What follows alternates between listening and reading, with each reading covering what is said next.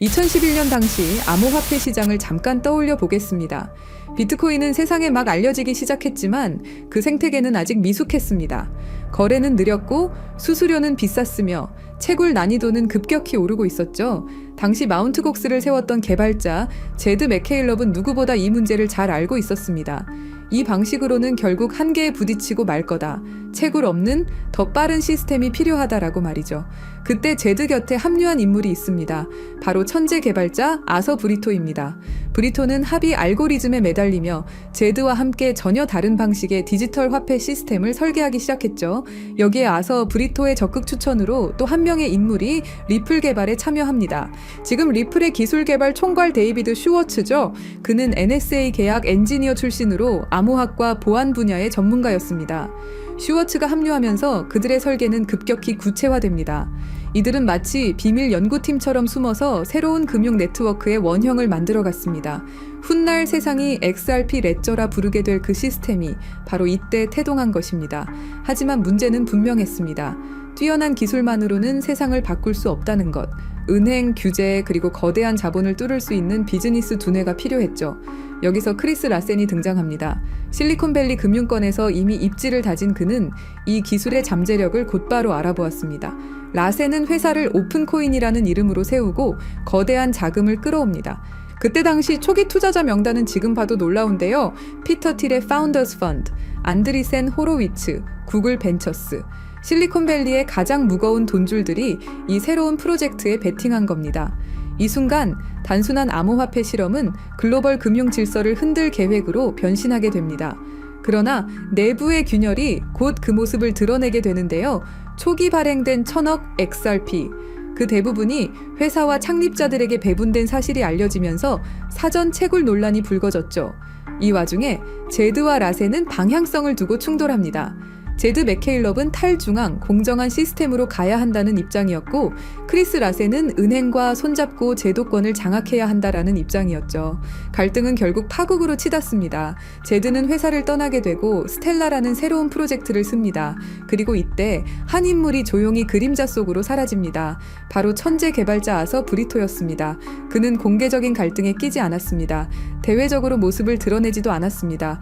은둔형 천재라는 말 그대로 회사 전면에서 흔적 없이 사라져버린 겁니다. 남은 건 크리스 라센과 데이비드 슈워츠. 이들은 회사를 재정비해 리플을 은행과 연결시키는 데 집중했습니다. 미국, 유럽, 일본의 은행들이 파일럿 프로젝트를 돌리기 시작했고 리플은 곧 비트코인과는 다른 제도권을 위한 암호화폐라는 이미지를 얻게 됩니다. 하지만 그와 동시에 여러 이야기들이 리플의 주변을 맴돌았죠. 리플은 사실 NSE와 연결돼 있다. 미국이 스위프트를 대체하기 위해 민간 프로젝트로 리플을 밀고 있다. 트럼프 캠프와도 로비를 시도했다. 사실 여부는 확인되지 않았지만 리플이 너무 일찍부터 글로벌 은행망과 연결된 건 부정할 수 없는 사실이었습니다. 그러던 중 2020년 드디어 미국 증권거래위원회 SEC가 칼을 빼듭니다. XRP는 미등록 증권이다. 리플은 소송에 휘말리며 벼랑 끝으로 몰립니다. 코인베이스를 비롯한 주요 거래소들이 XRP를 상장 폐지했고 가격은 폭락했습니다. 투자자들은 공포에 휩싸였죠. 그러나 리플은 끝내 버텼습니다. 2023년 법원은 중요한 판결을 내립니다. XRP 자체는 증권이 아니다. 리플은 이 판결을 통해 다시 숨을 돌리게 됩니다. SEC와의 전쟁을 마무리한 리플은 곧 새로운 전략을 내놓습니다. 스테이블 코인 RLUSD, 실물자산 토큰화 RWA. 이제 리플은 단순 송금을 넘어 부동산, 국채, 머니마켓 펀드까지 블록체인 위에 올리는 금융 인프라 기업으로 성장하기 시작했습니다. 그리고 바로 여기서 다시 한번 한 이름이 등장합니다. 아서 브리토. 오랫동안 그림자 속에서 자취를 감췄던 그가 이제 다시 XRP 레저 개발에 조용히 참여하며 리플이 그리는 새로운 금융세계의 설계도에 합류한 겁니다. 리플의 이야기는 단순한 암호화폐의 역사가 아닙니다. 제드가 씨앗을 뿌리고 브리토와 슈워츠가 기술을 완성하며 라센이 세상에 드러내고 수많은 갈등과 음모론 그리고 SEC와의 전쟁까지 겪어낸 스토리가 있는 기업이죠. 그리고 지금 사라졌던 창립자 아서 브리토가 다시 돌아왔습니다. 7년 만에 다시 돌아온 이유는 무엇 때문일까요? 2011년 세상에 공개된 리플의 백서, 그 백서를 쓴 인물 바로 아서 브리토입니다. 대부분의 사람들은 그를 그냥 리플 창시자 혹은 뛰어난 개발자쯤으로만 알고 있죠. 하지만 그의 진짜 정체를 알게 되면 아마 소름이 끼칠지도 모릅니다. 아서 브리토는 철저히 베일에 쌓인 인물입니다. 리플의 공동 창립자이자 핵심 개발자였지만 그의 얼굴을 본 사람조차 거의 없습니다. 지금도 연락이 닿는 건 극소수 리플의 초기 개발팀 정도라고 알려져 있죠. 그런데 여기서부터 이야기는 이상하게 흘러갑니다. 브리토는 과거 미국 국방부 산하 첨단기술연구소인 다르파와 협력했고 심지어 NSA, 미국 국가안보국의 자문위원으로도 활동한 경력이 있다는 겁니다. 그리고 놀라운 건 현재 리플의 최고 기술 책임자이자 수석 개발자인 데이비드 슈워츠 역시 바로 NSA 출신입니다. NSA가 어떤 곳인가요?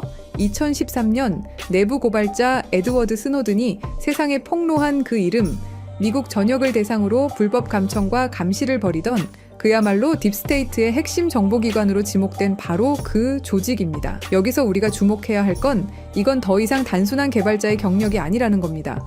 브리토와 슈워츠는 딥스테이트와 암호화폐를 연결짓는 결정적 인물일 수 있다는 거죠. 그리고 가장 수상한 대목, 아서 브리토는 리플 백서를 발표한 직후 갑자기 세상에서 사라졌습니다. 완전히 말 그대로 증발해버린 겁니다. 왜일까요? 답은 의외로 간단할 수 있습니다. 임무 완료. 시스템은 구축됐고 그의 자리를 대체할 사람, NSA 출신 데이비드 슈워츠도 남겨두었습니다. 그 후 리플은 진심으로 혁신을 추구하기 시작했습니다. 직원들은 진짜로 금융 시스템을 바꿀 수 있다고 믿었고 투자자들도 이 기술의 가능성에 매료됐죠. 그리고 그게 바로 딥스테이트의 진짜 계획이었습니다. 가짜 열정은 금방 들통납니다. 하지만 진짜 열정으로 만든 기술은 완벽한 도구가 됩니다. 의심할 수 없게 되니까요. 리플이 성공할수록, 더 많은 은행들이 채택할수록, 더 많은 사람들이 신뢰할수록 그들의 계획은 조용히 그러나 치밀하게 완성되어 가고 있었던 겁니다.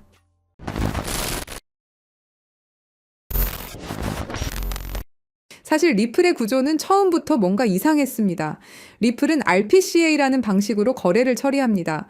쉽게 말해 전체 검증자 중 80%가 오케이 해야 거래가 승인되는 구조죠. 그런데 여기서 중요한 개념이 있습니다. 바로 UNL. 이게 무슨 말이냐면 믿을 수 있는 검증자 리스트를 따르는 구조라고 보시면 됩니다. 문제는 그 리스트를 누가 정하느냐는 거죠. 바로 기존 권력자들이 정합니다. 새로 들어오고 싶다면 허락을 받아야만 들어올 수 있습니다. 겉보기엔 마치 모두가 자유롭게 참여하는 개방된 시장 같지만 속을 들여다보면 결국 소수의 권력자들만 투표하는 시스템이죠. 국민 투표합니다 라고 해놓고 미리 짜인 대표들만 투표권을 갖고 있는 구조와 다를 바 없는 겁니다. 이 구조 자체가 딥스테이트가 설계한 통제 시스템일 가능성이 있다는 게 저의 생각입니다. 그리고 딥스테이트는 리플에게 계획적으로 시련을 주는데요. 바로 SEC의 소송이죠. 여기서 잘 한번 생각해 보시면 SEC는 수천 개가 넘는 코인들 중에 왜 하필 리플에게 소송을 걸었을까요? 이건 단순한 규제가 아니라 치밀하게 짜여진 스토리일지도 모릅니다. 리플은 정부와 맞서 싸우는 암호화폐다라는 이미지를 심어주는 거죠. 그래야 사람들에게 리플은 정부와 싸우는 코인이다라는 이미지를 심을 수 있으니까요. 그리고 여러분도 아시다시피 리플의 승리로 인해서 정부를 이긴 영웅처럼 포장되죠.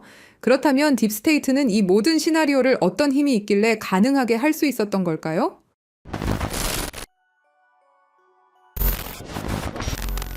딥스테이트란 무엇일까요? 그것은 선출되지 않은 권력 집단입니다. 정부 안에 또 다른 정부가 숨어 있는 것이죠. 대통령이 바뀌어도 정권이 바뀌어도 그들은 그 자리에 남아 실제 권력을 쥐고 흔들어댑니다. 그렇다면 그들은 누구일까요? 지금까지 딥스테이트로 거론되는 인물들은 크게 5가지로 분류됩니다. 첫째, 30년 넘게 정부에 몸담은 영구직 고위 관료들입니다. 둘째, CIA, NSA, FBI 등 정보기관의 실세들이 있죠. 셋째, 달러를 찍어내는 연방준비제도 이사회 임원들입니다. 넷째, 10조 달러를 움직이는 월스트리트 거대 자산운용사들이 있고요.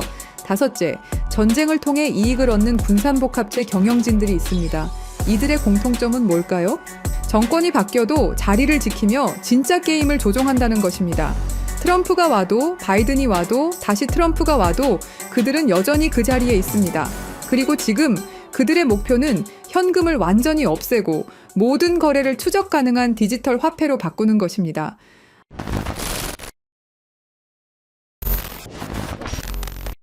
딥스테이트의 궁극적 목표는 현금을 완전히 없애고 모든 거래를 통제 가능한 디지털 화폐로 바꾸는 것입니다. 바로 CBDC 말이죠. CBDC가 왜 무서운지 설명드리자면 이건 단순한 디지털 화폐가 아닙니다. 디지털 감옥이라는 표현이 정확하죠. 모든 거래가 실시간으로 추적되고 정부가 마음대로 통제할 수 있습니다. 가장 무서운 건 프로그래머블 머니 기능입니다. 정부가 우리 돈에 직접 규칙을 심을 수 있다는 뜻인데요. 한국은행에서 실제로 공개한 예시를 보시면 CBDC를 사용할 경우 자녀 용돈 10만 원 중 2만 원은 오락비, 3만 원은 식비, 5만 원은 도서비로만 사용 가능하게 설정할 수 있다고 설명하죠. 예시는 부모가 자식에게 하는 거라고 하지만 이걸 국가와 국민으로 바꿔보면 어떨까요? 정부가 우리의 돈 사용처를 직접 정할 수도 있다라는 거죠. 일본 제품 사지 마라, 특정 지역에서만 써라, 3개월 후에는 자동으로 없어진다 같은 기능이 가능하다라는 겁니다. 상상만 해도 끔찍하죠. 그런데 이게 이미 현실이 된 곳이 있습니다. 바로 중국이죠. 중국의 사회 신용 시스템은 10억 대의 CCTV로 실시간 감시하면서 구매 내역 하나하나로 점수를 매깁니다. 담배 사면 감점, 기저귀 사면 가점.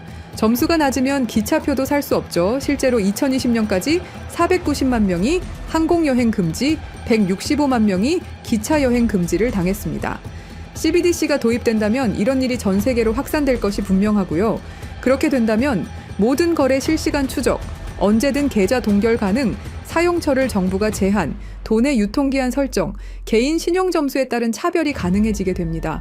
이게 딥스테이트가 100년 동안 꿈꿔온 완전 통제사회죠.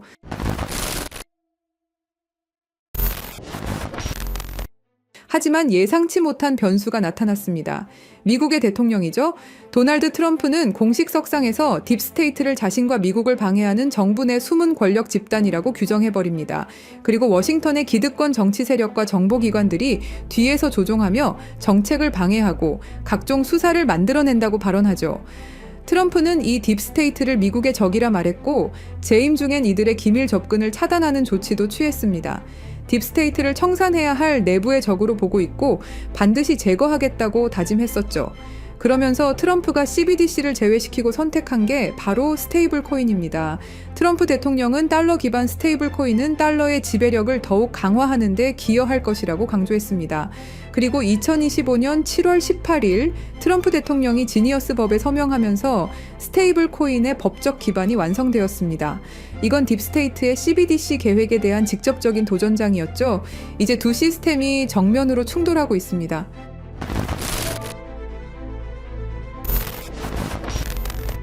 그래서 저희 팀은 지금 이 상황을 기회로 바꾸려고 합니다. 리플은 CBDC에 관련된 모든 프로젝트를 중단했고 공식 홈페이지에서 전면에 내세우던 CBDC 파트너십은 삭제됐죠. 그리고 스테이블 코인을 출시했습니다. 트럼프 정부의 반 CBDC 정책으로 인해서 딥스테이트의 계획은 당분간 조용히 때를 기다릴 것으로 예상됩니다. 하지만 이게 끝이 아닙니다. 오히려 스테이블 코인 시장으로의 대대적인 자금 이동이 시작될 것이다 라는 판단입니다. 크립토 퀀트에 따르면 달러 기반 스테이블 코인 시장은 지난 1년간 46% 성장했고 세계 최대 스테이블 코인 발행사 테더는 작년에만 130억 달러, 한화로 19조 원의 순이익을 기록했습니다. 그리고 글로벌 투자은행 번스타인은 스테이블 코인 시장이 내년까지 5천억 달러에 도달할 것으로 전망했죠. 이건 지금 시장 대비 4배 이상의 성장을 의미합니다. 그렇다면 스테이블 코인 급성장 시 최대 수혜주는 어떻게 될까요? 여기서 핵심은 스테이블 코인이 폭발적으로 성장할 때 그 생태계를 뒷받침하는 다양한 인프라들이 함께 급등할 것이라는 점입니다. 주목해야 할 플레이어들은 정해져 있습니다. 직접적으로 보자면 서클, 테더, 월드리버티 파이낸셜이 있겠죠. 하지만 투자자 입장에서는 다른 관점을 생각해 봐야 됩니다. 인프라 생태계, 여기가 진짜 핵심이라고 할 수 있습니다. 스테이블 코인 거래량이 폭발하게 되면 뒷받침할 다양한 블록체인 생태계에 대한 수요가 기하급수적으로 증가할 겁니다. 현재 주류 체인들로는 절대 감당할 수 없는 수준의 거래량이 몰려오겠죠. 그때 필요로 하는 블록체인 기술은 고성능 레이어 1, 블록체인을 통한 대용량 거래 처리 능력, 레이어 2, 사이드체인 같은 확장 솔루션, 분산형 거래소 프로토콜, 디파이 네트워크, 브릿지 프로토콜 등이 있습니다. 느낌이 오셨나요? 우리는 이 흐름으로 최대 수혜를 받을 수 있는 프로젝트에 투자를 해야 됩니다. 이 중에서도 특히 주목해야 할 프로젝트가 바로 입니다. 이 코인은 지금 어떤 상호 운용성 제공업체보다도 더 많은 블록체인을 연결하고 있고 그 격차는 계속 벌어지고 있습니다. 서클과 같은 주요 기업들과의 파트너십을 통해 USDC와 EURS의 크로스체인 전송을 이미 지원하고 있죠. 파이어블락의 데이터에 따르면 2024년 스테이블 코인은 플랫폼 거래량의 거의 절반을 차지했으며 전 세계 USDC와 USDT 거래량의 상당량이 이미 이 코인을 통해 라우팅되고 있습니다.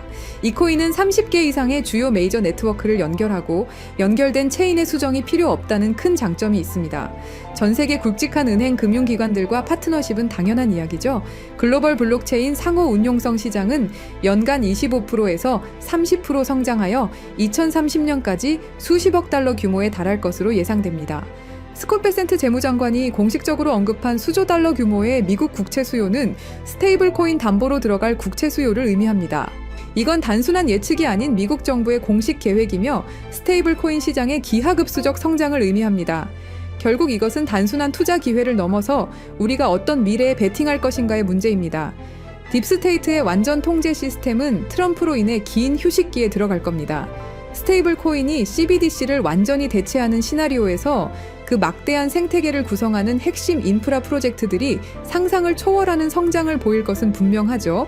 스테이블 코인 생태계의 폭발적 성장과 함께 이 코인이 어떤 역할을 할지 함께 지켜보면 좋겠습니다. 그래서 이 중요한 정보를 구독자 여러분께 공유해 드리려고 하는데요. 공유 드리기 전에 아직도 안 누르셨다면 구독과 좋아요로 저희 채널에 힘을 더해 주시길 부탁드리겠습니다.